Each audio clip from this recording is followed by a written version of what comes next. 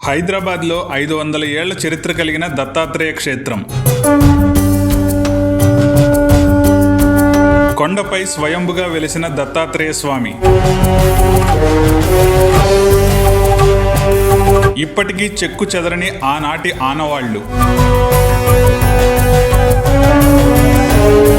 ఎంతోమంది సిద్ధ గురువులు, అఘోరాలు తపస్సు చేసిన పుణ్యస్థలం.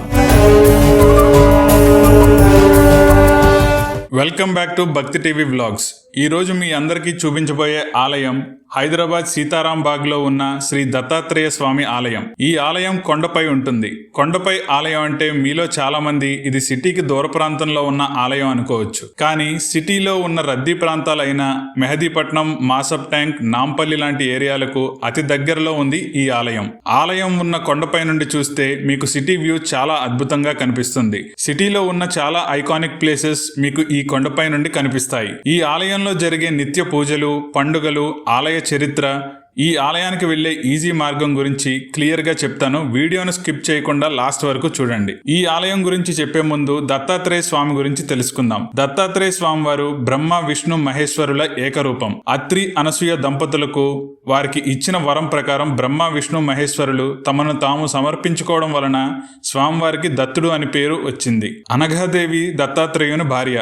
అష్టసిద్ధులు, నవనిధులు దత్తుడును సదా సేవిస్తూ ఉంటాయి. మన కర్మలను తొలగించే గురువు రూపంలో స్వామివారు కర్ణాటక గానుగాపురంలో నృసింహ సరస్వతిగా వెలిశారు. మొదటి అవతారం శ్రీపాద వల్లభునిగా పిఠాపురంలో వెలిశారు. మూడవ అవతారం అక్కల్కోట్లో స్వామి సమర్థగా, నాలుగో అవతారం మాణిక్ నగర్ లో మాణిక్ మహారాజుగా, ఐదవ అవతారం షిరిడి సాయినాథునిగా స్వామివారు వెలిశారు. దత్తాత్రేయ స్వామిని పూజించడం ద్వారా, దర్శించుకోవడం ద్వారా జాతకంలో ఉన్న గురుగ్రహ తీవ్రతను తగ్గించుకోవచ్చు. గురువు యోగించక ఇబ్బంది పడుతున్న వారు దత్తాత్రేయునికి అర్చన చేయించుకుంటే గురుబలం పెరుగుతుంది అని పండితులు చెబుతారు. గురుబలం పెరిగితే విద్యారంగంలో పురోగతి ఏర్పడటం, వివాహం నిశ్చయం అవడం, సంతాన ప్రాప్తి కలగడం, సమాజంలో పేరు ప్రతిష్టలు రావడం వంటి మంచి శుభాలు కలుగుతాయని జ్యోతిష శాస్త్రంలో కూడా చెబుతారు. బంగారం కొనుగోలు చేసే శక్తి పెరగాలన్నా గురుబలం ఉండాలని అంటారు. ఆ గురుబలం పొందాలంటే శ్రీ గురుదత్త స్వామి వారిని పూజించడం మంచిది. ఇక్కడ సీతారాంబాగ్లో వెలిసిన 500 ఏళ్ల చరిత్ర కలిగిన స్వయంభు శ్రీ దత్తాత్రేయ స్వామి ఆలయం గురించి చెప్పాలంటే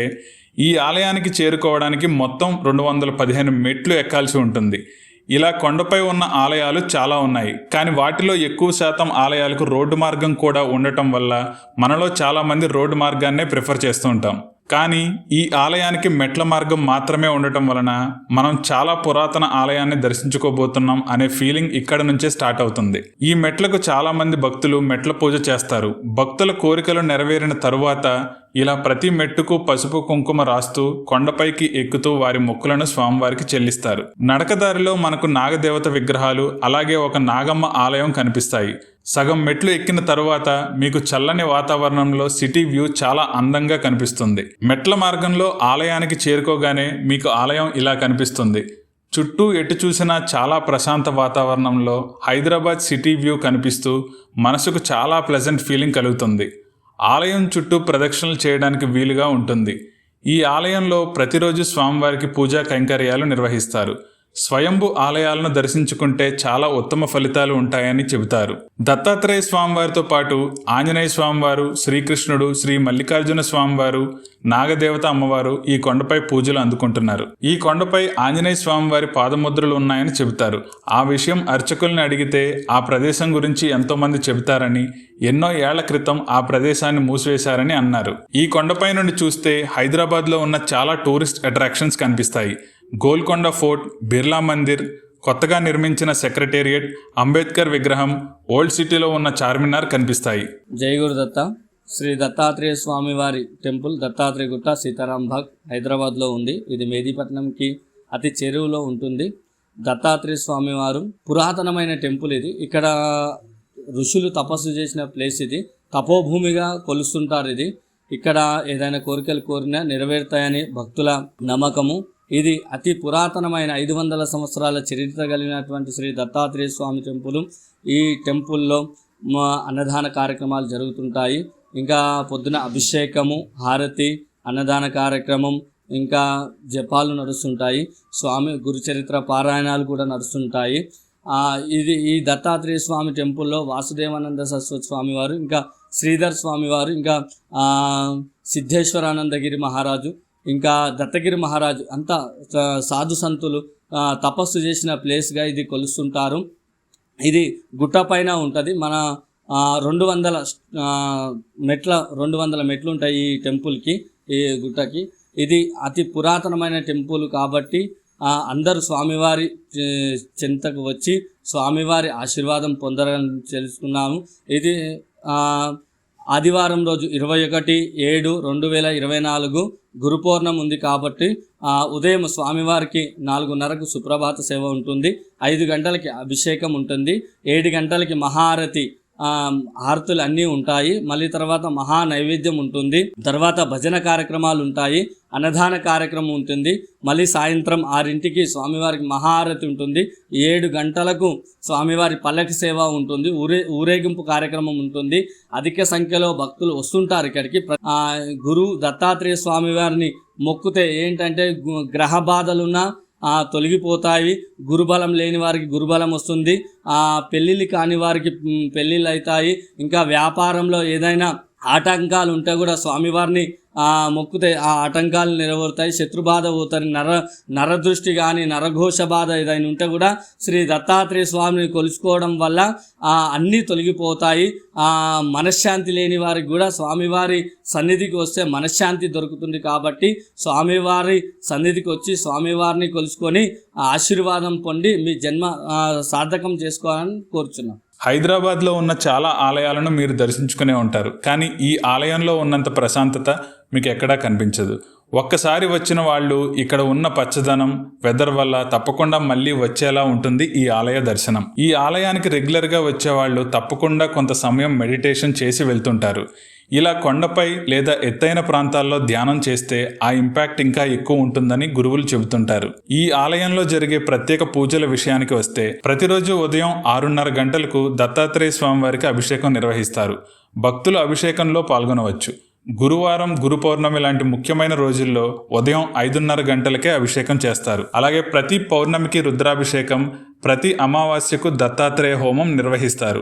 పౌర్ణమి తర్వాత వచ్చే అష్టమి రోజున అనఘాదేవి వ్రతం చేస్తారు. మీ కుటుంబంతో ఆ వ్రతంలో పాల్గొనవచ్చు. ఈ ఆలయంలో దత్త జయంతి మరో ముఖ్యమైన పండుగ. ఆ రోజు స్వామివారికి పల్లకి సేవ నిర్వహిస్తారు. ప్రతి గురువారం ఈ ఆలయంలో అన్నదానం నిర్వహిస్తారు. అన్నదానంకి కావలసిన రైస్, కూరగాయల వంటివి అన్ని మెట్ల మార్గంలోనే తీసుకొస్తారు. దత్తాత్రేయ స్వామితో పాటు మల్లికార్జున స్వామికి కూడా ప్రతి సోమవారం అభిషేకం నిర్వహిస్తారు.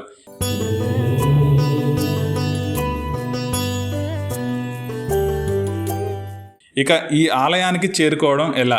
ఈ ఆలయానికి చేరుకోవడానికి మొత్తం 3 మార్గాలు ఉంటాయి. సీతారాంబాగ్ వైపు నుంచి మెట్ల మార్గంలో వెళ్ళొచ్చు. ఇప్పుడు మనం వచ్చింది ఆ మార్గంలోనే.